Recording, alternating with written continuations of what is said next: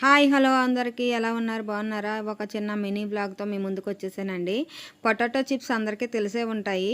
ఇవి potato beats అంట. వీటి మీద పేరు అలాగుంది, కొత్తగా ఉన్నాయన్నమాట. ఎప్పుడూ చూడలేదు, నేనైతే ఎప్పుడూ కూడా తీసుకోలేదు, ఫస్ట్ టైము.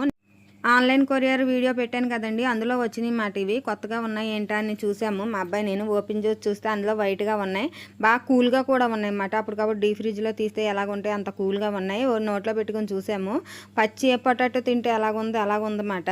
కానీ బాగానే ఉంది టేస్ట్ అయితే. ఉప్పు కారం అన్నీ వేసి ఇచ్చేసారు, దాని మీద పెప్పర్ సాల్ట్ అన్నీ కలిపేసి ఉన్నాయన్నమాట.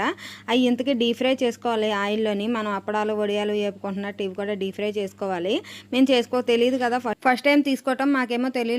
తొందరపడి మా జెన్నీ బాబు ముందే టేస్ట్ చేసాడనమాట. బాగోలేదని నాకు ఇస్తే నేను తిని చూశాను. ఇలాగున్నాయంటని మా వారికి ఫోన్ చేసి అడిగితే ఏం అలాగుంచి వచ్చాక చూస్తానన్నారు. వచ్చాక చూసాక తెలిసిందన్నమాట ఈ డీప్ ఫ్రై చేసుకోవాలి ఆయిల్ అనేసి. తర్వాత నేను ఆ డీప్ ఫ్రై చేశానండి. డీప్ ఫ్రై చేసాక చాలా బాగుంటే చాలా బాగున్నాయన్నమాట. ఎక్కువ ఆయిల్ కూడా పీల్చలేదు, గుల్లల్లాగా ఉన్నాయి. మనం గారెలు వేసుకుంటాం కదా, గుల్లల్లాగా ఎలాగొస్తాయి అలాగొచ్చినాయి. పిల్లల స్నాక్స్ బాక్స్కి ఇది పెట్టడానికి బాగుంటాయి అన్నమాట. ఇప్పుడు స్కూల్లో స్టార్ట్ అయిపోయినాయి కదా, వాళ్ళకి ఆలుతో చేసినవి ప్రతిదీ ఇష్టపడతారు, ఆలు చిప్స్ అలాంటివి. ఇది కూడా చాలా ఇష్టపడతారు అనుకుంటున్నాను. మా అబ్బాయికి అయితే చాలా నచ్చింది మాట. తిని చూసాడు, చాలా బాగున్నాయి అన్నాడు. గారెల్లాగా ఉన్నాయి అని చెప్పాడు మాట. ఎప్పుడు తీసుకోలేదండి కొత్తవి. తర్వాత అవి మనం తీసుకుని డీ ఫ్రిడ్జ్లోనే పెట్టుకోవాలి, బయట పెట్టకూడదు. వీడియో నచ్చితే మటుకు లైక్ చేయడం మర్చిపోవద్దు. ఓకేనండి, బాయ్.